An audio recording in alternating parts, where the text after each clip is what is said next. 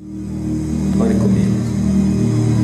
Deus amado, obrigado, Senhor, porque o Senhor deu por nós aquilo de mais precioso que o Senhor tinha, o seu Filho.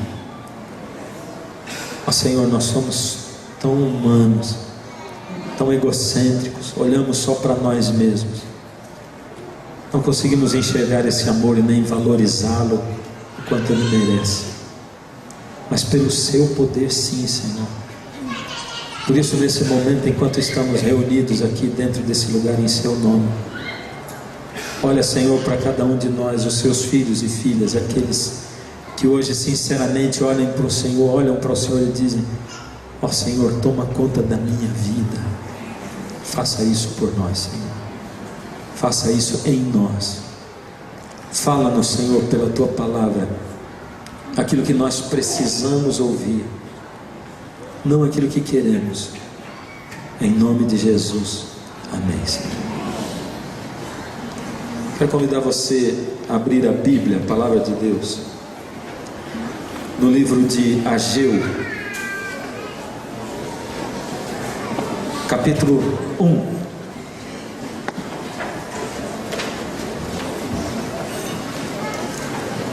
Ageu é um daqueles livros difíceis de a gente encontrar na Bíblia, porque ele é muito pequenininho, está logo ali no fim do Antigo Testamento. Se você for muito rápido, passa dele.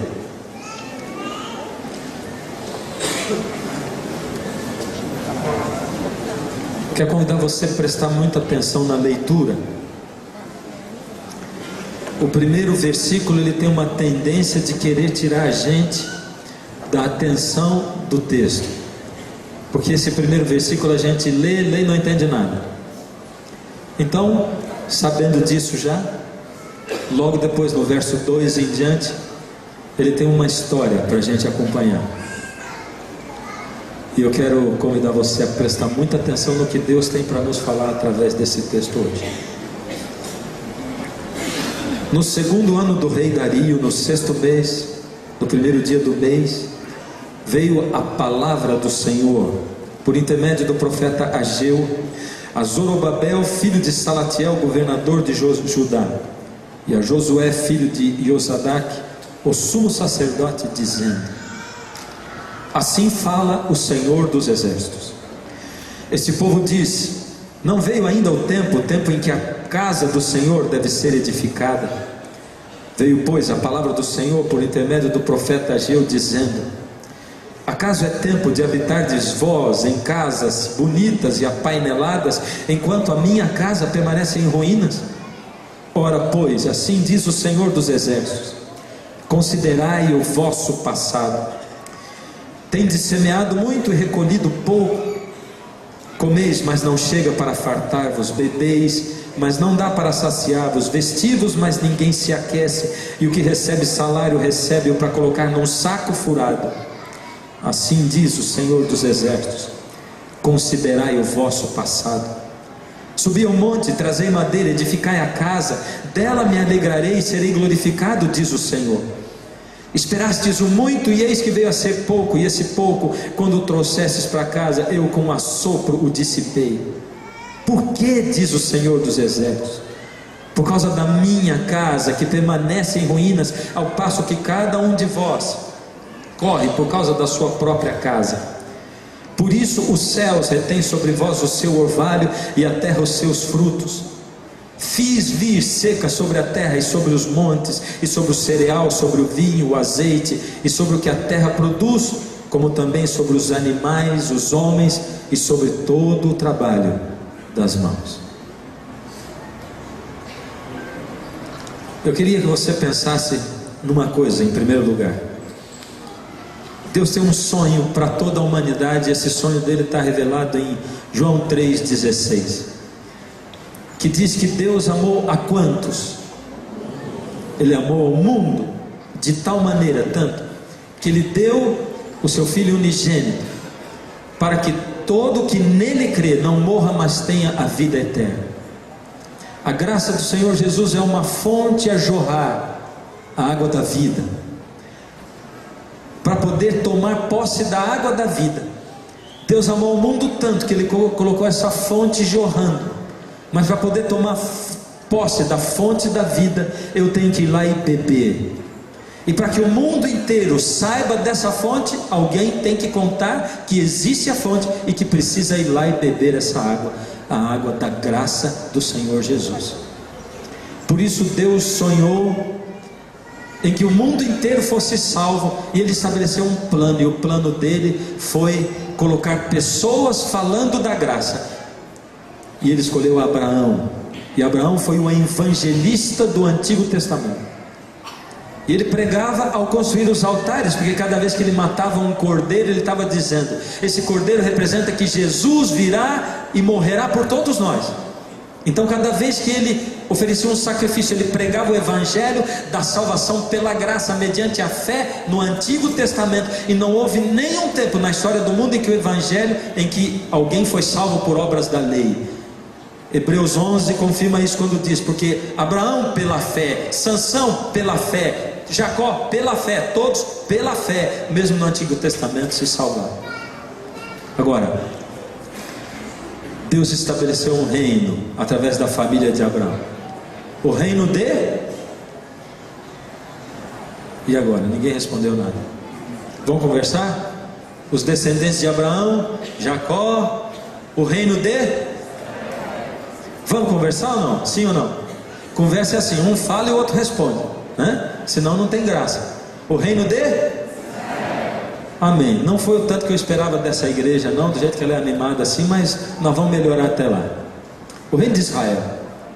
E o reino de Israel deveria ser o pregador. Por quê? Porque Deus sonhou assim: com tudo que eu instruí dentro dessa palavra, o meu povo vai ter mais saúde, o meu povo vai ser mais sábio, vai ter famílias mais estruturadas, o meu povo vai ser uma nação diferente. Por isso os reinos do mundo inteiro vão olhar para o meu povo Israel e vão dizer: meu Deus, que sabedoria é essa? Meu Deus, que saúde é essa? Que longevidade é essa? Que coisa tremenda é esse povo? Quem é que pode fazer isso por eles? E quando o mundo inteiro vier para saber, eles vão dizer: é o meu Deus, é o Deus de Israel que deixou a sua palavra, é por causa dele que nós somos assim. E isso se realizou exatamente na época de Salomão. Lembra-se que a rainha de Sabá saiu do reino dela e veio para conhecer a sabedoria de Salomão e as riquezas do reino de Israel, e a ordem de Israel, e a saúde de Israel, e as leis de Israel. Ali estava plenamente o Deus da glória se manifestando num reino terrestre que foi estabelecido, constituído por ele e aceito por homens que se colocaram na mão de Deus. Coisa maravilhosa. Ali no reino de Israel estava o templo, e o templo, ele tinha um esplendor, uma glória e uma honra tremendas. O reino estava todo tomado de ouro e de prata. Ele está fugindo de você, não sei porquê, viu? Pode ir, tudo bem, não vou segurar mais. Se eu soubesse, já tinha deixado. Desculpa, não fui eu, foi sua mãe. Onde é que eu estava mesmo? A rainha de Sabá foi lá para ver a glória do reino de Salomão. O templo, ele era cheio de glória, ele tinha muito de ouro, de prata, ele tinha muito de tudo. Mas a glória maravilhosa do reino do templo de Salomão não estava na prata e nem no ouro e nem nas esculturas de ouro, os querubins que cobriam a arca. A palavra de Deus diz que na inauguração do templo, os levitas carregaram a arca do concerto ali para dentro do lugar santíssimo, e que a glória do Senhor baixou naquele templo, e a nuvem era tão grande, tão espessa, que compeliu os levitas a deixarem o lugar de tão grande, tão maravilhosa que era a presença física do Senhor Deus dentro do seu santuário e dentro do seu templo. Por isso a glória daquele templo estava no fato de que Deus habitava fisicamente no seu santuário, através da luz da sua glória, a Shekinah. Aquele povo podia ter a certeza de que era guiado por um Deus que se manifestava fisicamente ali, e essa era a glória do reino de Salomão. Aquele povo podia ver e saber de tudo isso, mas eles mesmo assim abandonaram a Deus. Como nós seres humanos somos terríveis. Aquele povo não só abandonou a Deus, eles romperam os vínculos com Deus aos poucos, porque o pecado ele começa aos poucos na vida da gente.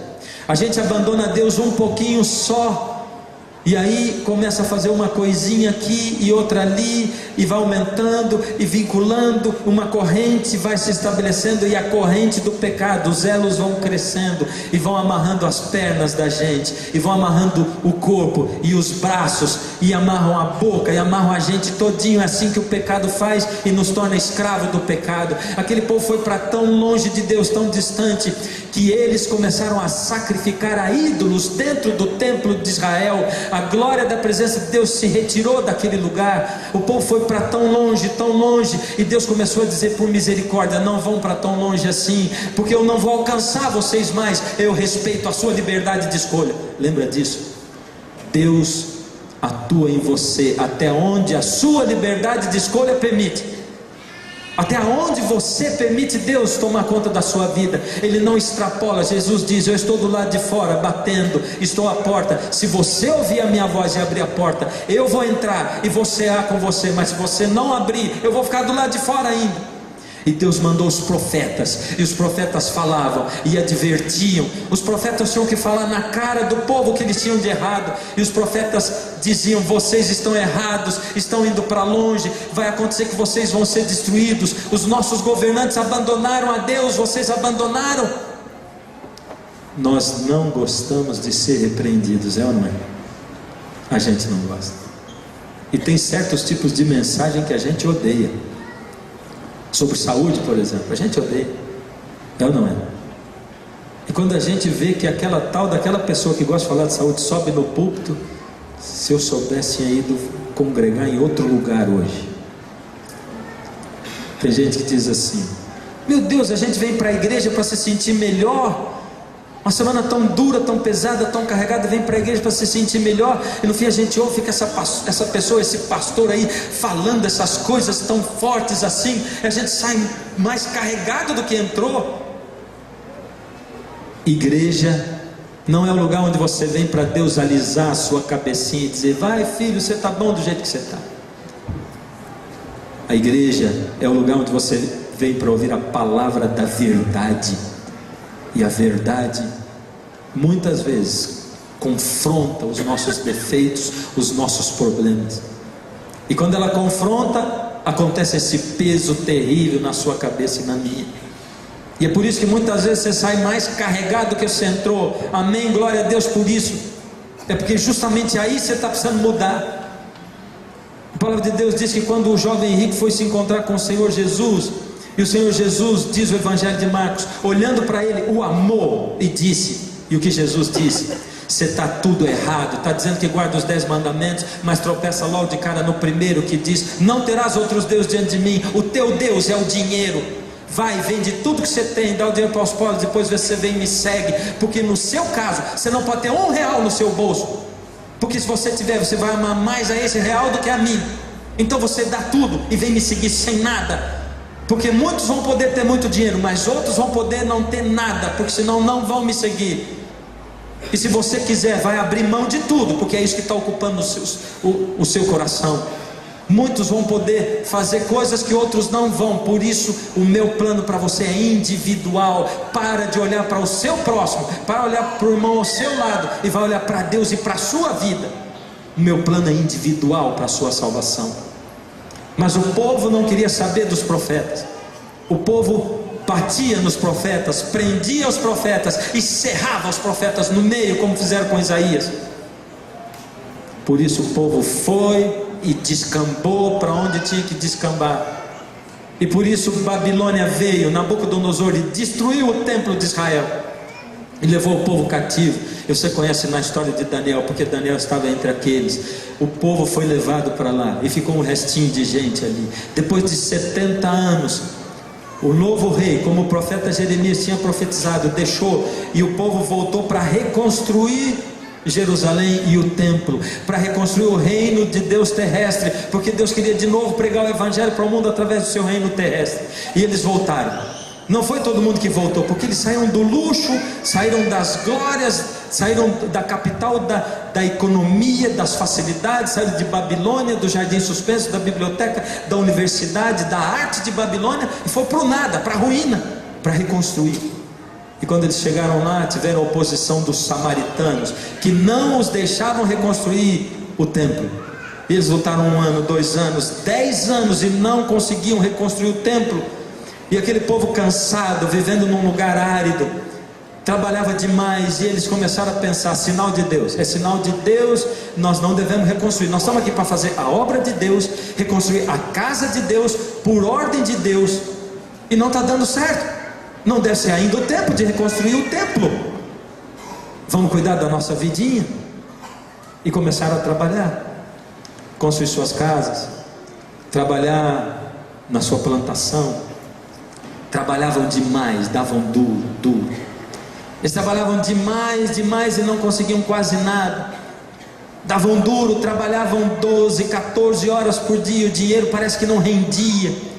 É lógico que um ou outro conseguia construir uma casa maior, uma coisa bonita, uma fazenda, mas era muito trabalho, quase não chovia, chuvas escassas, uma terra meio seca, e aquele povo cuidando da sua vida. E nessa época Deus mandou o profeta Ageu com a sua mensagem. A palavra de Deus diz aqui em Ageu, verso 2 em diante: assim fala o Senhor dos exércitos, esse povo diz: não veio ainda o tempo em que a casa do Senhor deve ser reedificada.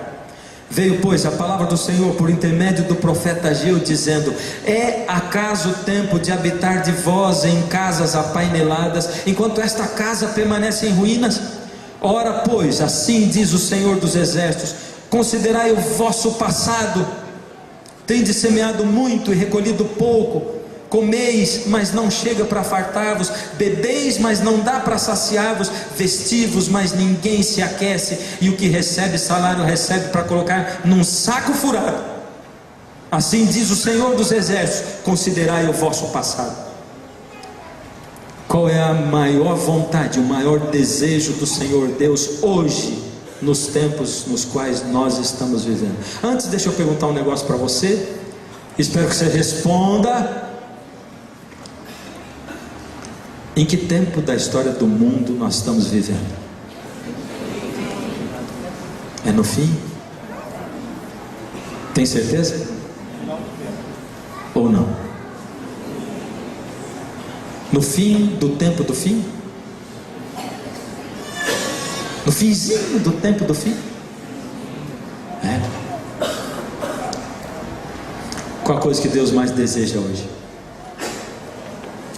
Se naquela época o que Deus mais desejava era restaurar o seu reino terrestre, o que Deus mais deseja hoje é restaurar o seu reino universal. E o reino universal de Deus foi retirado das mãos dele quando o pecado entrou nessa terra. E o que Deus mais deseja é acabar com o pecado. Infelizmente vai ter gente tão emaranhada com o pecado, tão entrelaçada com o pecado, que vai ter que ser também exterminada junto com o pecado, porque vai ser impossível separar pecado e pecador. O Senhor Deus deseja vir a esse mundo, e o que Deus mais deseja é voltar a esse mundo, acabar com o pecado e restaurar o seu domínio eterno, universal. É o que Deus mais deseja. Para Deus vir a esse mundo, para Jesus voltar, a última profecia tem que se cumprir.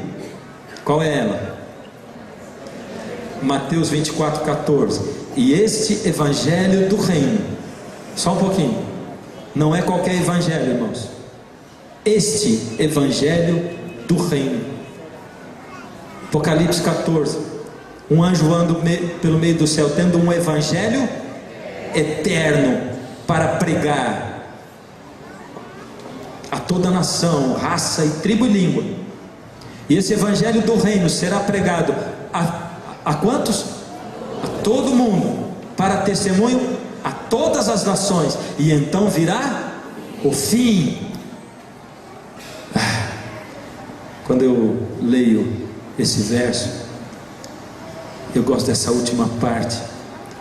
Muitas vezes o meu coração se aquece quando eu leio: então virá o fim. vontade que tudo já tivesse passado, e então venha o fim. Então virá o fim. Nós estamos pregando o Evangelho? Sim ou não? Nós estamos pregando o Evangelho, sim ou não? Sim. Quando eu cantei nos Arautos do Rei, eu fui diretor da Escola Bíblica da Voz da Porcia, na época. A gente atendia 3.000 novos alunos por ano. No ano passado, a Escola Bíblica da Novo Tempo atendeu 45.000 novos alunos. Esse ano nós já passamos dos 45.000, estamos em setembro. Estamos pregando o Evangelho, sim ou não? Sim. Sabe quantos membros nós somos na Igreja Adventista hoje no mundo? Por volta de 16 mil, 15, 16 mil. Milhões. Nós batizamos, vou dizer de novo, 15, 16 milhões. Nós batizamos por minuto 1,4 pessoas, o que dá um total por hora de 84 pessoas, e o que dá um total por dia de 1.977 pessoas. Ou seja, de ontem ao pôr do sol até o pôr do sol de hoje, foram batizados na Igreja Adventista ao redor do mundo quase 2.000 pessoas. Estou arredondando para cima. Estamos pregando o Evangelho ou não estamos? Eu estou dando os dados da Igreja Adventista porque eu só sei o da Igreja Adventista. Estamos pregando o Evangelho, sim ou não? Sim. Sabe quantas pessoas nascem no mundo por segundo? Eu falei que a gente batiza 1,4 por minuto. Quantos nascem por segundo? 4. Quantos morrem por segundo? 2. Então são 2 a mais no mundo por segundo no planeta Terra. Isso dá um total dia de 200.000 novas pessoas no mundo por dia. Nós batizamos 2.000 e nascem 200.000. O nosso saldo negativo é de quanto? 198.000 por dia, fora os 6,5 bilhões de habitantes que tem o mundo, e os estudos dizem que em 2030 vão chegar a 9 bilhões. Eu fico olhando para o Irã, para o Iraque, para a Índia, onde o cristianismo é quase inexistente, para os países muçulmanos. Eu fico olhando para o Japão, onde eu estive há 20 anos atrás, e somando todos os cristãos dava 1% da população. Eu estive há 3 anos atrás e ainda é 1% da população, juntando católicos e protestantes todos.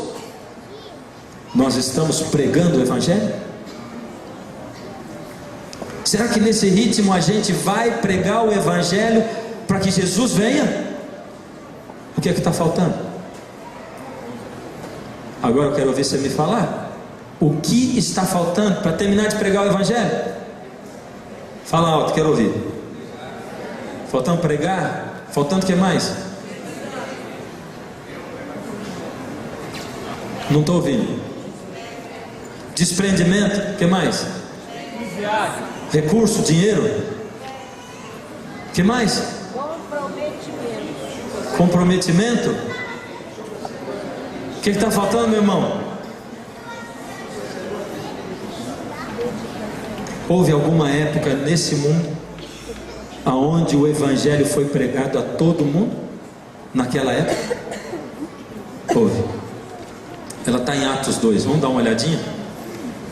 Atos 2.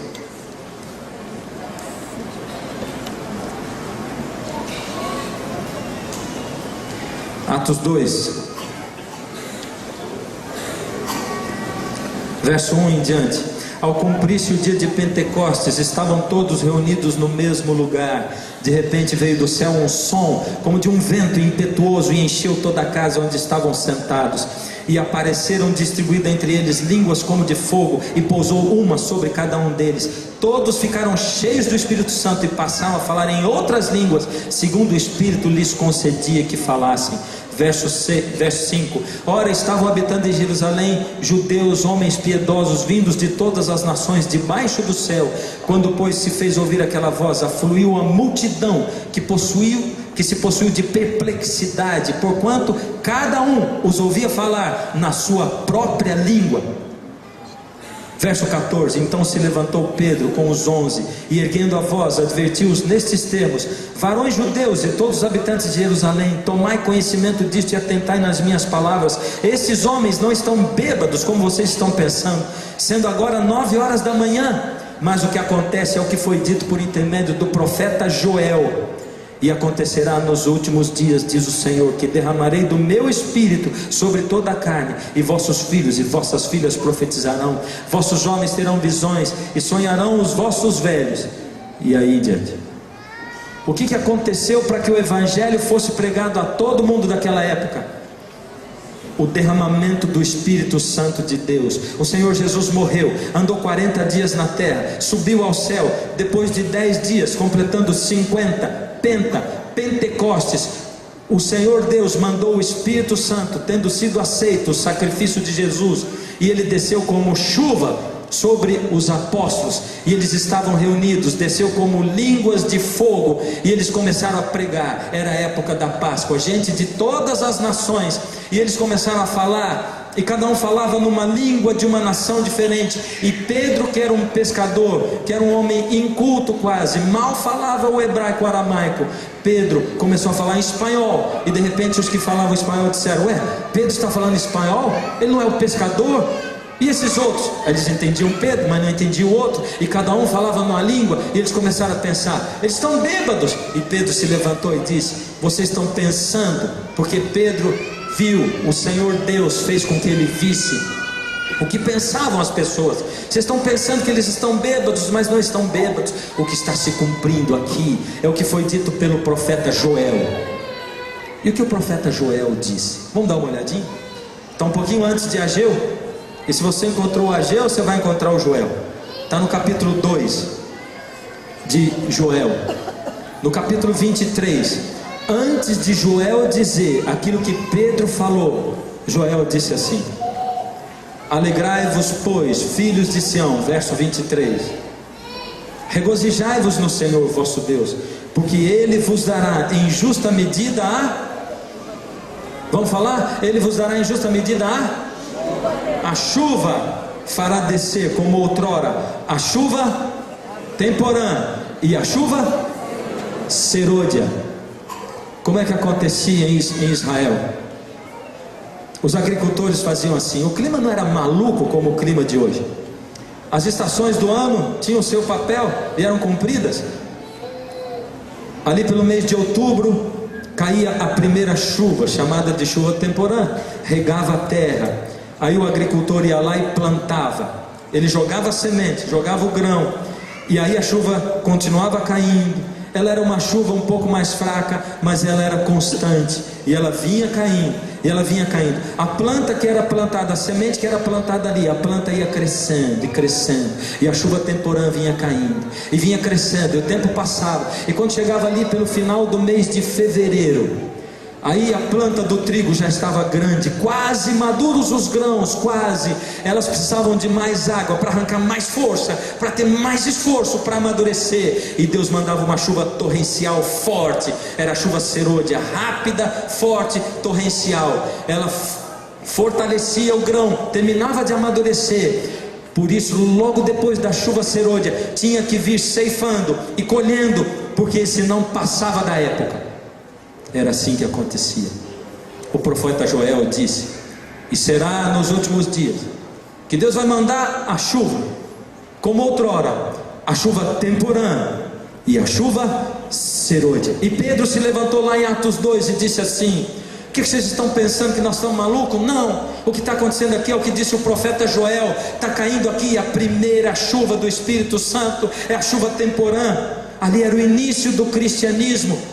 2000 anos atrás, Deus regou a terra, Deus mandou a chuva temporã do Espírito Santo, o batismo do Espírito Santo, e aqueles homens começaram a pregar, a plantar o cristianismo. Em 2000 anos o cristianismo se desenvolveu, e hoje o cristianismo é uma planta grande, é uma planta quase madura. Por isso hoje, no finalzinho, no finzinho do tempo do fim, Deus diz: eu vou derramar de novo agora a chuva serôdia, grande, forte, torrencial, a chuva do Espírito Santo, para terminar de amadurecer o grão. Porém, eu só posso derramar a chuva serôdia depois da chuva temporã na sua vida. A chuva serôdia cai sobre quem? Sobre quantos? E será depois que derramarei sobre toda a carne o meu espírito, é o que diz Joel, não é? A chuva serôdia vai ser derramada sobre todos. Contudo, você imagina qual é o efeito da chuva serôdia, uma chuva forte e torrencial, em cima de uma plantinha que não recebeu a chuva temporã. É uma plantinha fraquinha e pequena, que não se desenvolveu no espírito. E qual é o efeito dessa chuva grande, forte e torrencial em cima de uma planta forte, cujos grãos já estão quase maduros? Esse é o efeito da chuva serôdia sobre toda a carne. Nós, adventistas do sétimo dia, não aprendemos a não marcar tempo para a volta de Jesus, é ou não é? A gente ainda marca até hoje. Por isso que de vez em quando rola na internet uma mensagenzinha dizendo assim: olha aquele negócio do decreto, teve uma reunião lá na Europa e está acontecendo isso. O ano passado tinha uns e-mails assim: olha esse negócio, olha, perseguição, sabe o que está acontecendo? Lá nos Estados Unidos tem um monte de caixão acumulado, e mandava aqueles textos pela internet, dava um trabalho ficar deletando aquelas porcarias tudo. É porque nós botamos na cabeça que Deus vai fechar a porta da graça depois do tal do decreto. Por isso que ele interessa. Porque a gente ainda está marcando data para a volta de Jesus e está pensando assim: enquanto não vier o tal do decreto eu tenho tempo, porque não fechou a porta da graça. A chuva serôdia, ela serve para duas coisas.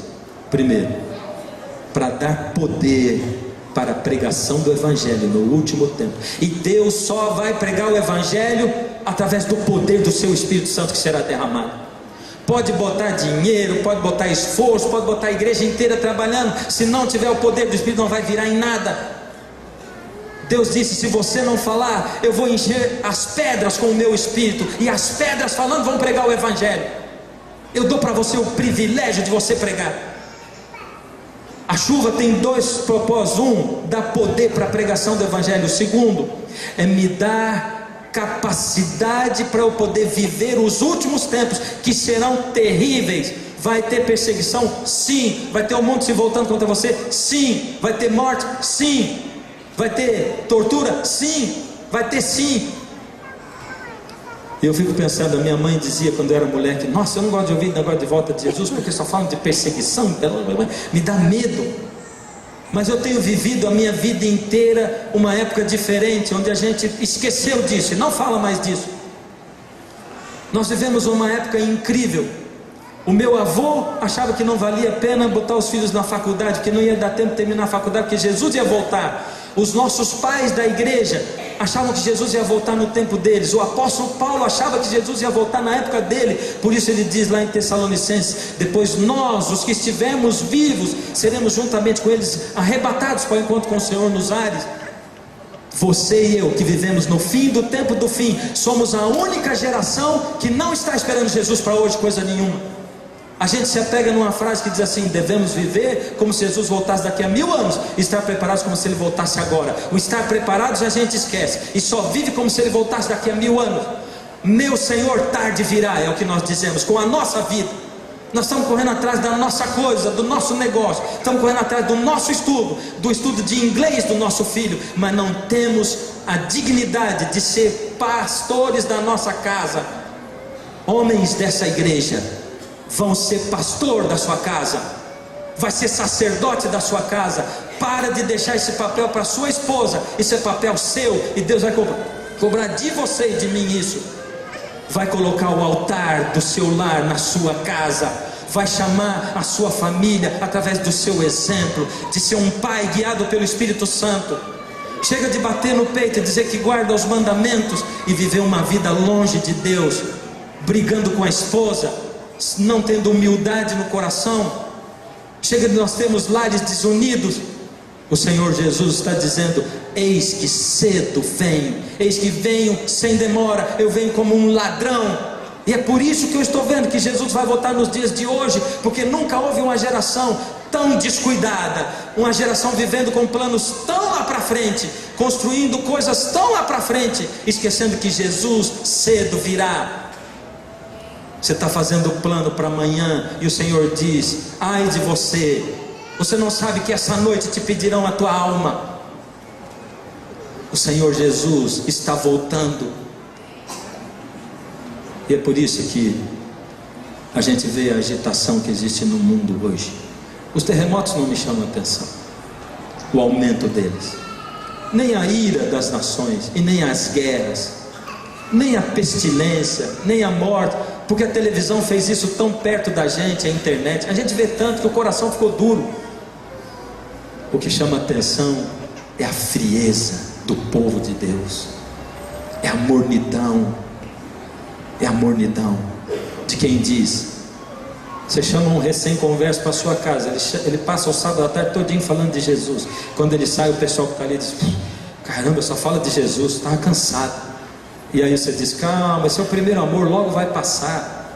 Você está dizendo: calma, ele está quente, daqui a pouco a gente esfria ele, faz morno igual nós todos.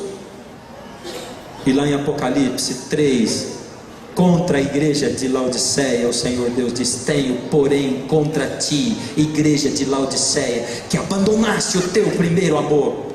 E você está dizendo que o primeiro amor dele é assim, que logo vai passar. Ai de você que esfriou o primeiro amor do outro que veio. É por isso que Deus mantém tantas pessoas fiéis em todas as igrejas, em todas as outras igrejas. Ele mantém lá, porque se escandalizariam se pisasse o pé dentro de uma frieza total, de uma mornidão como a nossa. É por isso que ele mantém ainda tantas pessoas em tantas igrejas, porque o Senhor deseja que este evangelho do reino seja pregado a todo mundo, para testemunho de todas as nações, para que venha o fim. Este evangelho do reino, e você sabe qual é o evangelho, e nós, você e eu, nunca vamos poder dizer para Deus: eu não sabia, porque ninguém tem uma luz tão grande como a nossa, da Bíblia e do Espírito de profecia, para enxergar em que tempo, em que época nós estamos vivendo. Ou Jesus está voltando hoje, ou eu estou ficando maluco, eu estou ficando louco de ver pessoas buscando a Deus como quem busca a água e o pão, de ver gente se levantando e pregando, de ver as manifestações do Senhor Deus ao redor do mundo. Eu nunca vi essa igreja falar tanto sobre o batismo do Espírito, eu nunca vi essa igreja falando tanto sobre a oração, e o mundo inteiro buscando.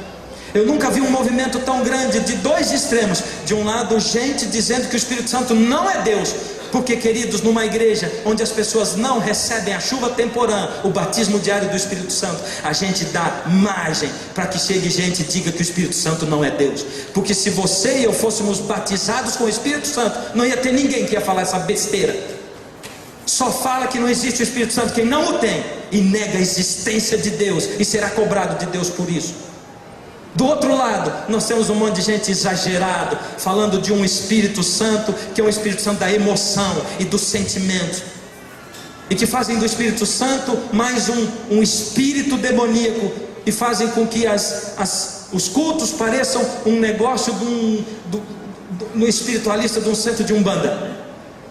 Por causa disso, a gente fica do lado de lá, no outro extremo, e não quer ser guiado pelo Espírito de Deus. E a gente fica satisfeito, rico sou e de nada tenho falta. E o Senhor Deus chama o profeta Ageu, e ele diz assim para Israel: esse povo diz: não é o tempo ainda, não é o tempo ainda, não é o tempo de reconstruir o templo. O Senhor Deus diz, verso 9: esperastes o muito, e eis que veio a ser pouco, e esse pouco, quando trouxeste para casa, eu com assopro dissipei. Meu Deus, eu fico desesperado. Eu espero muito quando eu ponho o meu programa na TV. Eu espero que centenas de milhares peçam curso bíblico. Quando eu ligo para lá, eles dizem: pastor, nossa, hoje foi um recorde, 500 pessoas pediram o curso bíblico. Eu digo: meu Deus, tanto dinheiro investido para 500 pessoas pedirem o curso bíblico. Pior ainda quando os nomes são enviados para as associações, porque nós temos uma lista de 8 meses de gente que pediu visita e não foi visitado. Aí me dá desespero ainda maior, porque o que está faltando muitas vezes não é o dinheiro, está faltando envolvimento pessoal. Gente precisa de gente trabalhando por gente. A gente tem que sair de dentro da igreja, dos bancos da igreja, tem que usar o sábado como sábado, para ir buscar quem está fora, para visitar quem está doente, para matar a fome do esfomeado. O Senhor Deus está nos chamando para viver o Evangelho, não para pregar o Evangelho. Nós vamos pregar quando nós vivemos esse Evangelho. É aí que nós vamos pregar. Aí o Senhor Deus diz: por que, diz o Senhor dos Exércitos? Por causa da minha casa que permanece em ruínas, ao passo que cada um de vós corre por causa da sua própria casa. Por causa da minha casa. Deus está dizendo: sabe por que eu não derramei a minha chuva serôdia? Talvez você disse, não tem nada a ver com chuva serôdia. Olha o verso 10: por isso o céu sobre vós retém o seu orvalho, e a terra os seus frutos. O céu está retendo a chuva. Fiz vir seca sobre a terra e sobre os montes. Nós vivemos uma época de seca espiritual, onde tem gente forjando um espírito que não é o Espírito de Deus, e onde tem gente dizendo que o Espírito de Deus não é Deus. Seca sobre a terra. Há um momento em que as 10 virgens dormiram e cochilaram, e as suas lâmpadas se apagaram, porque o óleo do Espírito foi consumido. Ou você guarda o óleo em dobro hoje, ou você vai acordar e não vai ter mais dele. Nós vivemos os últimos momentos antes do derramamento da chuva serôdia. Essa é a nossa era. Esse é o tempo no qual nós vivemos. Agora veja, por que, diz o Senhor? Porque a minha casa permanece em ruína, enquanto a sua casa está bonita. Você está correndo atrás dela. Deus está falando que a gente tem que fazer uma excursão e ir lá para Israel para poder reconstruir o templo lá, não é verdade? Muitas excursões, porque uma excursão só não reconstrói, precisa de muitas. É isso ou não? Mas ele está falando que não derramou a chuva serôdia porque está faltando reconstruir o templo. O que é isso? Quem é o templo do Espírito? 1 Coríntios: acaso não sabeis vós que não sois de vós mesmos, e que o vosso corpo é templo do Espírito de Deus, porque fostes comprados por preço? Deus está falando para você e para mim, filho: eu não derramei ainda, porque você, o templo do meu Espírito, que é o seu corpo, está em ruínas, acabado, detonado. O seu corpo. Deus está dizendo: eu não posso derramar o meu Espírito, porque você anda vivendo segundo o seu bel prazer. Você anda fazendo sexo com quem não é a sua esposa. Vocês andam fazendo trocas de casal. Você anda abusando de criança e vendo pornografia na televisão. Você anda acessando a internet o que não é para você acessar. Você anda fazendo sexo com pessoas do mesmo sexo seu. É por isso que eu não posso derramar o meu Espírito sobre o meu povo. Você anda enchendo a sua cabeça e a sua mente de lixo. Você enche o seu corpo de lixo com a comida que você come. O mundo inteiro chama ela de lixo, junk food. Você sabe disso e você come sabendo que é, e mete lixo para dentro de você. E você depois me pede milagre e cura para mim. Como eu vou curar você se você fez do seu corpo um depósito de lixo? No seu ouvido só entra música, lixo. Nos seus olhos só entra o lixo de Hollywood, o lixo que a Rede Globo produz. E depois você diz: meu Deus, como é que as crianças amadurecem cedo, não é mesmo? Se despertam para o sexo, perguntam as coisas que a gente não sabe o que é. Você está deixando a televisão cuidar do seu filho, ensinar para você a ter 15 anos, dizer: mãe, eu sou gay, eu quero ficar com alguém da minha idade. E se você for uma pessoa instruída, você vai me apoiar, porque a televisão está dizendo isso para mim. E ela é a minha babá, porque você me deixou com ela, para ela cuidar de mim. O Senhor Deus está dizendo: você está vivendo um vaso de lixo. Você tem colocado lixo na tua cabeça, na cabeça dos teus filhos. Eu estou vivendo a época de receber garotas de 22, 23 anos, desesperados, com um bebezinho de 1 ano na mão, dizendo: pastor, eu sou casada há 2, 3 anos, eu não suporto mais, eu quero me separar do meu marido. Por quê? É porque o meu marido, eu não tenho marido, ele trabalha, ele chega em casa, fica 6 horas por noite no computador, na internet, no videogame. E essas coisas parecem muito engraçadas. Quando um marmanjo de barba fica sentado na frente de um aparelho para jogar videogame. Quando você começa a ficar tão dependente da internet que você não consegue ficar 1 hora sem se conectar. Eu nunca vivi numa época onde tantos pastores não conseguem largar do seu celular nem na hora do culto. E eu estou pregando e eles estão respondendo e-mail pelo celular. Eu nunca vivi numa época onde tanta gente está conectada com o mundo inteiro, mas não está conectada com o Senhor, porque não tem tempo para oração. Você está vivendo na época em que você acha que Deus mudou as suas coisas, que você pode sim fazer sexo com a sua namorada, que você pode sim fazer o que você quiser.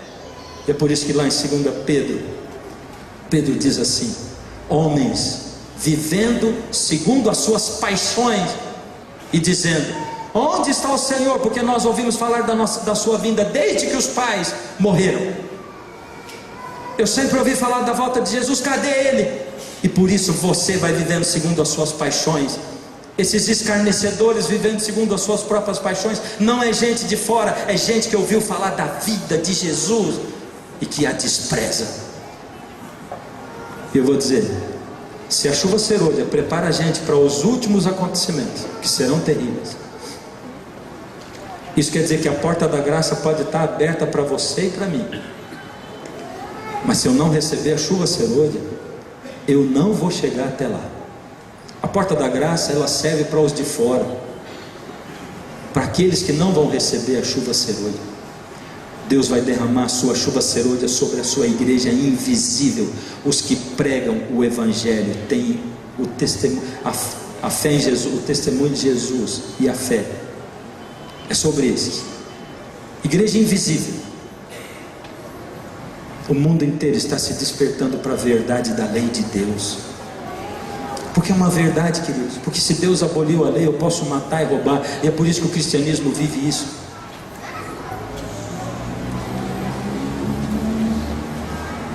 Então, o que determina para mim, se eu que tenho a luz vou me salvar ou não, é se eu recebo ou não a chuva serôdia. Se eu não receber, eu não estou preparado para passar pelos últimos acontecimentos. Para os de fora, que receberão a pregação e virão, eles têm até o fechamento da porta da graça. Mas você e eu, só até a chuva serôdia. E quando a chuva serôdia vai cair?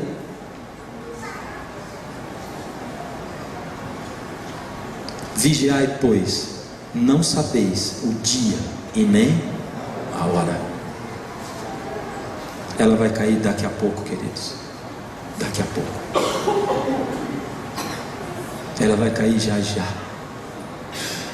Deus está dizendo para você e para mim assim: filho, presta atenção no que eu vou te dizer. A tua última prova vai ser uma prova de natação. Se prepara, treina, vai nadar.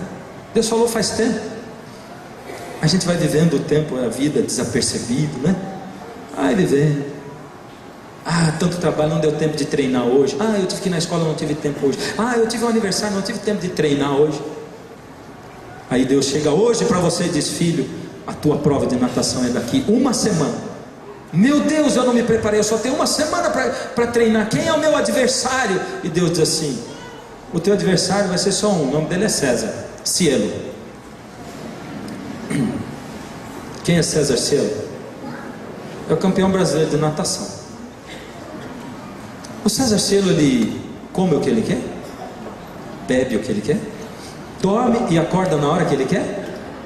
César Cielo, ele vive concentrado para qualquer hora do dia ou da noite cair dentro de uma piscina para ganhar do campeão mundial de natação. E já o fez.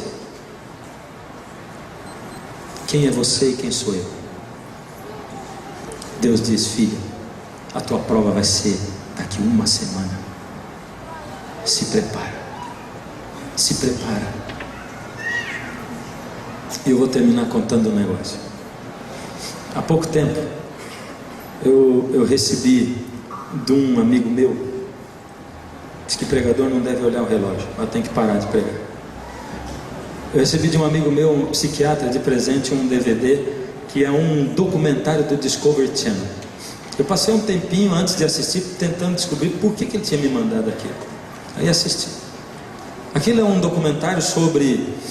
Eles fizeram um documentário sobre uma série de provas às quais alguns oficiais, altos oficiais da Marinha são submetidos para entrar numa tropa de elite da Marinha norte-americana. Ou seja, tem uma tropa de elite e o camarada, para fazer parte daquilo, tem que passar por uma bateria de provas quase desumanas, terríveis, tremendas. Eles começam dizendo assim, meu amigo psiquiatra diz: olha, ninguém é viciado em maconha nem cocaína. Diz: como é que é isso? Não, Veja só, nós temos dentro do nosso corpo humano uma substância que se chama dopamina. Dopamina é chamada a substância do prazer. Então, por exemplo, quando você come uma coisa que você gosta muito, as suas papilas gustativas entram em contato com os neurônios, o cérebro, e ele dispara no seu corpo a dopamina numa certa proporção, e aquilo dá prazer para você. É Deus que fez assim. Então, por exemplo, numa escala de 1 a 10, comer uma comida que você gosta muito, prazer 3, bastante prazer. A dopamina é muito boa porque dá prazer, e é por causa dela que a gente volta a comer, porque tem prazer em comer. Porém, a dopamina em excesso, ela vicia. O que vicia não é a droga. O que acontece é o seguinte: a maconha, numa escala de 1 a 10, prazer 30. A cocaína, prazer 50. Ou seja, ela extrapola a escala de 1 a 10. Ela é tanto prazer, e isso vicia rapidamente. Você fica viciado no tanto de dopamina que ela solta no teu organismo, e você quer mais prazer e mais prazer. Você fica viciado no prazer. Aí eles dizem, dentro das coisas naturais ao ser humano, o que dá mais prazer não é comer, é o sexo. Então, numa escala de 1 a 10, no momento do orgasmo sexual, prazer 10 é o seu que dá mais prazer. Aí os cientistas disseram assim: bom, nós queríamos medir qual é a relação entre prazer e razão. Ou seja, no momento em que estou tendo prazer, quanto de razão eu tenho? Aí fizeram um teste com homens e mulheres dentro de uma máquina de tomografia computadorizada. E no momento do orgasmo, o homem, prazer 10, razão 1. Mulher, prazer 10, razão 0.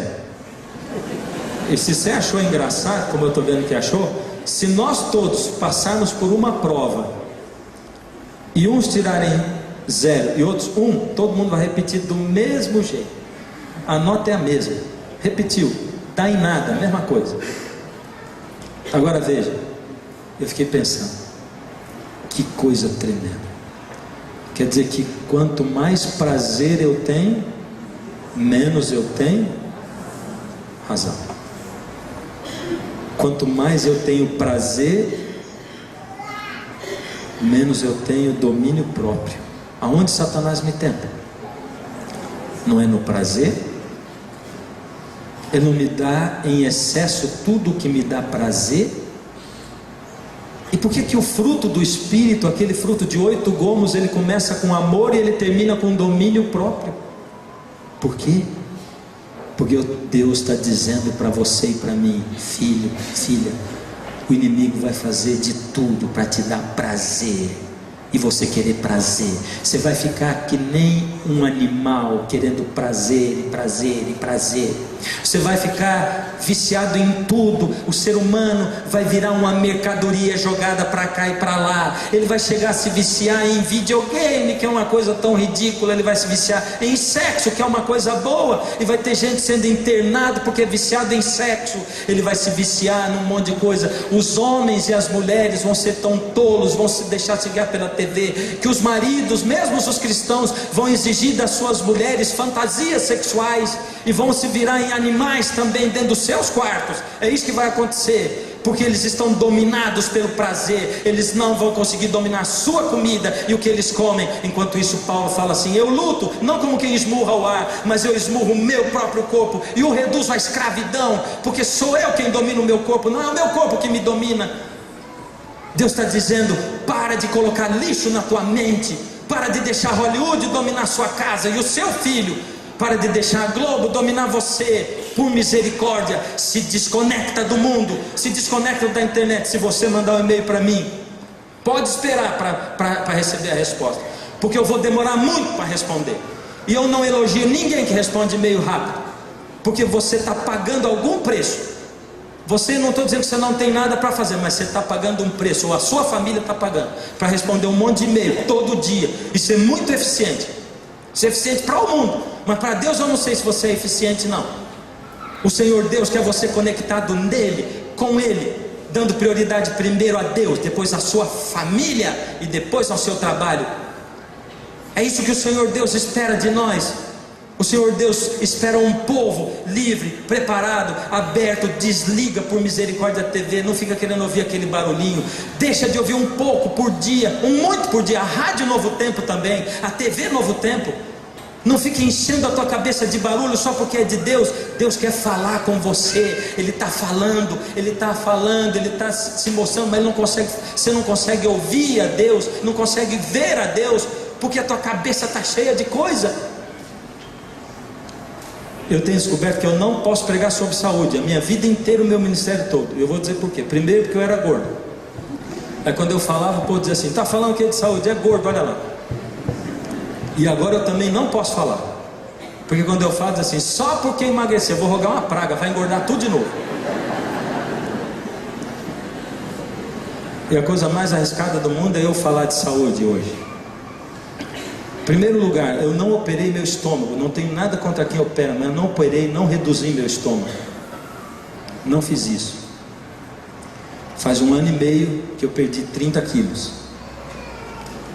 E eu vou dizer para você, eu estou falando de saúde, de lixo e tal, mas eu gosto demais de comer picanha gordurosa. Eu gosto demais de comer muito chocolate. Eu gosto demais. Eu vou dizer para você, eu lembro daquele texto de Pedro, quando eu estou dentro de uma churrascaria e passa aqueles espetos assim, ó, diz assim, olha, ela anda ao seu redor bramando como um leão, procurando que você possa tragá-la. Sabe como é que é? Eu não posso fazer nada, eu gosto. E agora 1 ano e meio eu sou vegetariano. Vegetariano matusquela, porque eu ainda estou comendo peixe. Mas não é fácil, querido. Não é fácil. Alguém diz assim: fazer exercício você faz depois de um tempo e aí acostuma, acaba gostando. Estou esperando ainda chegar, porque eu não estou gostando ainda. Eu faço 4 vezes por semana, mas não é fácil. É duro sair de casa. Depois que você faz, tem uma tal da endorfina que você sente até bem. Então, eu fiz, foi muito bom, mas é difícil. Eu tenho que fazer a última confissão. Eu gosto demais de novela. Novela, foi isso que eu falei no fim, você ouviu, né? E eu não estou usando figura de retórica, eu estou dizendo a verdade mesmo, porque eu cresci vendo novela. Então eu gosto, a gente via em casa a novela desde das 6 até das 10. Todas a gente. Posso falar uma lista de várias que eu assisti e que alguns da minha idade vão se lembrar. E posso dizer como foi, porque eu assisti todas. E eu gosto de novela, demais. Por isso que eu não posso assistir nenhum capítulo, porque se eu assistir eu tenho vontade de assistir toda logo. E novela, para você começar a assistir, é a coisa mais fácil. Quer ver? Eu vou dar uma receita para você. Senta do lado de alguém que assiste, só faz uma perguntinha só. Você fala assim: quem é esse aí? Pronto. Porque é tudo emaranhado. Vai dizer assim: esse aí, esse eu vou te dizer, ó, esse, ele está com essa daí, mas não é marido dela não. Vou te mostrar. Essa daí é a mulher dele, ó. Essa é a mulher, e ela está tendo um caso com aquele outro. Quer dizer, ele engana a mulher e a mulher engana ele. Eles fazem de conta. Mas na verdade, ela é esse menininho aí que ela está namorando, tá vendo? Isso aí, novinho, que olha, é assim. E aí já todo mundo se conhece na novela. Ela foi construída para amarrar você. Então é por isso que eu não posso comer o chocolate, eu não posso ver a novela. Eu tive que deixar a carne, né? E Deus já começou a me pedir para deixar o peixe. Eu vou ter que deixar, né? Por isso eu não como fritura, não como gordura. E mesmo assim, na semana que eu faço menos exercício, eu dou uma engordada e eu tenho que emagrecer de novo. Coisa difícil, gente. É difícil. E ainda o inimigo fica me tentando para dizer assim: agora você está melhor do que os outros. Prega de saúde, fala de oração e sinta que você é mais santo do que a sua igreja. E alguém outro dia escreveu para a gente dizendo assim: pastor, o que o senhor fala do ministério do fulano de tal? Porque tem uns vídeos, uns negócios que estão correndo por aí. E sabe, o pessoal agora, lá na minha casa, metade da minha família parou de ouvir música tal, jogou os DVD no lixo, jogou a TV no lixo também, e agora anda criticando os outros da família porque não fazem isso. Meu Deus, se está acontecendo isso não pode ser do Espírito de Deus. Porque se o Espírito de Deus age na minha vida, eu tenho que ser um marido melhor, eu tenho que ser um pai melhor, eu tenho que olhar para a minha vida ao invés de olhar para a vida do meu irmão. Eu não tenho que criticar ninguém, nem olhar, nem do canto de olho para ver o que ele está comendo ou o que ele está bebendo. Eu não tenho que me achar melhor do que ninguém, e eu tenho que descobrir, mediante a luz do Espírito, que o pior membro da igreja sou eu. E quanto mais eu chegar perto de Deus, mais Deus vai me mostrar como eu sou um miserável. É isso que eu tenho que ver. Porque o inimigo está bramando ao seu redor, procurando tragar você. E Deus está dizendo: eu desejo que você venha para o meio do caminho. Não vai para o extremo, não fica no outro extremo, mas eu quero guiar você pelo Espírito. Eu preciso de uma igreja que, por misericórdia, filhos, acorde, que pare de dormir. Eu preciso de uma igreja que enxergue os sinais que eu dei. Eu preciso de uma igreja pronta para receber o batismo do meu Espírito final, porque já recebe o batismo diário do Espírito Santo. Eu preciso de uma igreja verdadeira, que não bata no peito dizendo: ó Senhor, que bom que nós temos a luz, enquanto tantos lá fora morrem na escuridão e nas trevas, porque os filhos das trevas são mais prudentes do que os da luz. Eu preciso de você, filho, porque eu morri no seu lugar, é o que Jesus disse para você. Eu quero você para mim. A salvação é de graça, mas custa tudo que você tem no seu coração. A santificação, para ela tem que pagar o preço da renúncia. Todo aquele que quiser vir após mim, negue-se a si mesmo. Renúncia. Tome sobre si a sua cruz e siga-me. Esse é o que Jesus falou para você e para mim. Até quando nós vamos ficar dormindo? Até quando? E se a chuva serôdia for derramada amanhã? As pragas podem começar a cair amanhã? Não. A porta da graça pode fechar amanhã? Não. Tem um monte de coisa para acontecer antes. Tem que vir o decreto antes. Tem que vir um monte de coisa antes. Mas a chuva serôdia pode cair amanhã? Tudo que tinha a acontecer para ela cair, já aconteceu. Ela pode cair hoje. E eu vou dizer para você, Deus diz que quando o seu povo estiver orando por ela, ela virá. E o povo de Deus está orando por ela. A igreja invisível de Deus está orando por ela. A igreja invisível de Deus se reúne todos os dias. Tem culto diário na igreja invisível, sobre o monte, às madrugadas, nas primeiras horas da manhã, enquanto o sol ainda não nasceu. A igreja invisível de Deus está reunida. Esse povo permanece diante de Deus, comparece ali, suplica perdão dos pecados, faz de Deus o Senhor da sua vida e passa o dia em comunhão. E Deus deu aqui em Ageu essa receita. Verso 7: assim diz o Senhor dos exércitos: considerai o vosso passado. Confessa o pecado. Verso 8: subi ao monte, trazei madeira e edificai a casa. É lá em cima do monte que você vai achar lugar, material para poder reconstruir o templo de Deus. Suba o monte. Nós estamos deixando passar um seminário de 40 madrugadas que fala sobre o batismo do Espírito Santo, e a grande maioria vai vivendo a vida desapercebida.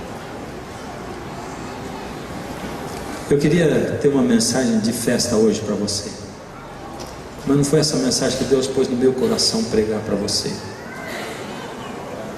Senhor Deus me pediu para dizer assim: acorda, levanta e resplandece a tua luz, porque a aurora já chegou, o dia, o esplendor da minha vinda. Hoje eu tenho um apelo para você. O apelo é de Paulo, Romanos 1, 1 e 2. Rogo-vos, pois, irmãos, pelas misericórdias de Deus, que apresenteis o vosso corpo como um sacrifício vivo, santo e agradável a Deus, que é o vosso culto racional. E não vos conformeis com este século, mas transformai-vos pela reconstrução da vossa mente. Você aceita esse apelo? Ó Senhor, nós somos incapazes de seguir o Senhor, e o Senhor sabe disso. Temos sido incapazes até mesmo de nos desvincular das coisas que nos amarram a esse mundo. Para dizer a verdade, temos sido incapazes de querer o Senhor. Nem isso nós queremos. Mas nesse momento, Senhor, daí da onde o Senhor está, o Senhor vê os corações sinceros que desejam querer e se entregar e ter condições de estar mantidos ao seu lado, de soltarem as correias e as cadeias que os prendem a esse mundo. E do céu pode-se ver a luz, fachos de luz que emanam para esses corações aqui dentro. Obrigado, Senhor, pela luz do céu que entra na nossa alma. Ajuda-nos a crer e tomar posse dessa bênção antes mesmo de recebermos. Dá-nos fé. Nós sabemos o caminho é Jesus. Ó Senhor, toma-nos nas tuas mãos e ajuda-nos a acordarmos enquanto ainda é tempo. Aceita-nos. Recebe o perdão, o pedido de perdão dos nossos pecados. Em casa hoje, cada um de nós vai declarar ao Senhor os pecados que temos cometido. E amanhã de novo, e depois de novo, e depois. Aceita-nos em nome de Jesus. Amém, Senhor.